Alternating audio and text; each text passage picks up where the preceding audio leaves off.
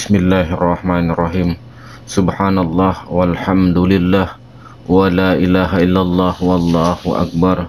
La haula wa la quwata illa billahil aliyyil azim.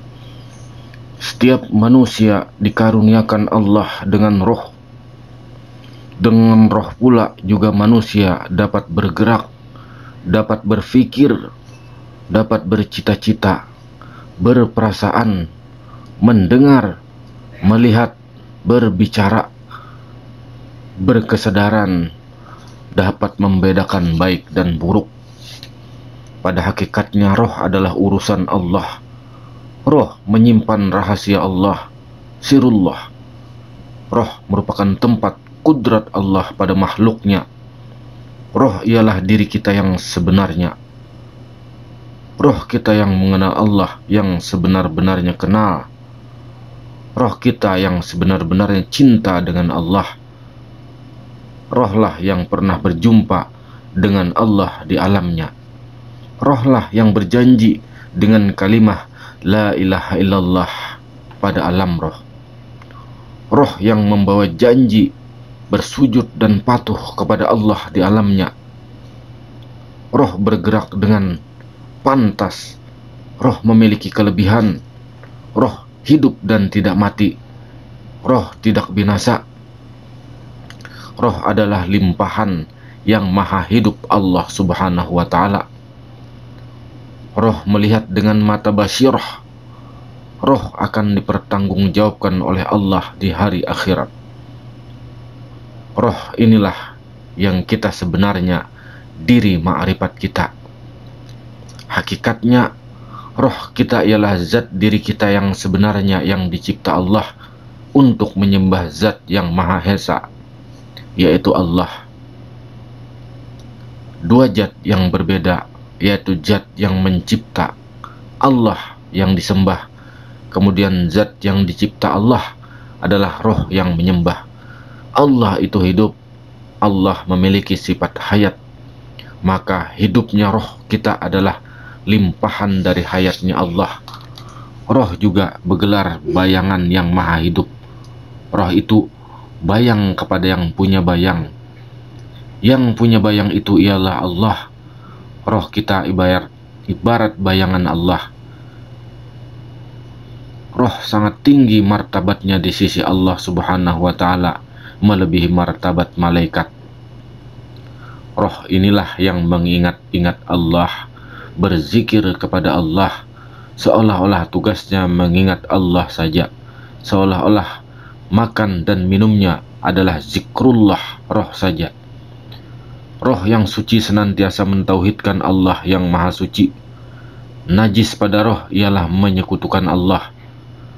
Roh sangat cinta kepada Allah subhanahu wa ta'ala. Roh amat memerlukan jasad, karena dengan jasad roh dapat beribadah kepada Allah dengan sempurna. Tanpa jasad, roh tidak dapat beribadah kepada Allah subhanahu wa ta'ala. Roh senantiasa memuja Allah. Allah itu kekasihnya. Cukuplah Allah itu bagi roh bahwa kita itu adalah roh yang datang dari Allah. Hidup dengan Allah, kembali kepada Allah. Inna lillahi wa inna ilaihi raji'un. Allah itulah tujuan sebenar-benarnya hidup kita. Pangkalan tempat bertolak, lautan yang dilayari, pelabuhan tempat berhenti. Pengakuan kita ialah roh kita, yakni diri kita yang sebenar-benarnya. Aku atau roh itulah yang dapat mengenal Allah subhanahu wa ta'ala dengan sebenar-benarnya kenal. Bukan badan kasar kita ini atau jasmani yang palsu yang mengenal Allah. Melalui roh itu kita mengenal Allah. Roh kita ialah wadah Allah, mentajallikan, menzahirkan dirinya kepada kita. Roh kita sebenarnya ialah diri ma'rifat kita. Roh itu digelar juga dengan hati qalbi, bukan hati badaniah, tetapi hati qalbi bersifat kerohanian. Roh itu memiliki kesadaran tentang wujud Allah dan sifat-sifat Allah yang terzahir dalam alam semesta raya. Yang melihat penzahiran atau tajalli ialah roh kita, bukan jasad atau jasmani palsu kita, yakni wujud semesta itu meliputi, merangkumi, berpadu, bersatu dengan aku. Aku terserap dalam wujud semesta. Aku atau roh atau diri. Wujud aku, roh diliputi oleh wujud yang esa dan semesta itu. Kelihatan pada aku roh bahwa Allah itu batin, aku itu zahirnya, Allah itu hakikatnya, aku itu bayangannya. Dia adalah asal dan aku roh terbitannya. Dia adalah dalang dan aku roh bonekanya. Gerak aku roh digerakkan olehnya. Ada 5 martabat roh. Roh manusia yang tidak mengerjakan syariat adalah roh tabak. Yang kedua adalah roh manusia yang beramal syariat saja, yaitu ruhul hayat. Yang ketiga, roh ahli tarikat yang mengerjakan syariat, al-tamiz. Roh ahli hakikat yang mengerjakan syariat, rohani. Roh ahli ma'rifat yang mengerjakan syariat adalah roh idopi. Roh yang bertaraf ammar robbi ialah roh yang memegang janjinya. Roh yang bertaraf nyawa ialah roh yang lupa akan janjinya. Haruslah kita pahami kalimah ini betul-betul. Mudah-mudahan penjelasan tentang roh ini dapat memberikan kita wawasan-wawasan tambahan, dapat menambah keilmuan kita untuk mengenal kepada Allah Subhanahu wa Ta'ala. Tentang roh ini sangat sedikit orang yang mengetahuinya, sesuai dengan firman Allah bahwa roh itu diberikan kita keilmuan tentang roh itu cukup sedikit. Tapi sedikit bagi Allah adalah banyak bagi kita.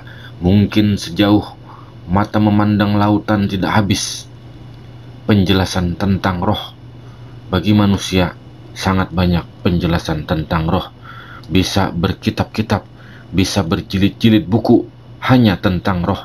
Walaupun Allah telah menyebutkan bahwa Allah memberikan ilmu, memberikan pengetahuan tentang roh hanya sedikit saja.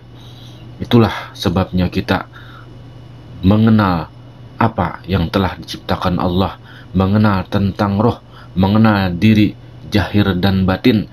Jahir kita badan kita, batin kita adalah roh kita yang asalnya dari Allah, kembali kepada Allah. Inna lillahi wa inna ilaihi rajiun. Terima kasih. Assalamualaikum warahmatullahi wabarakatuh.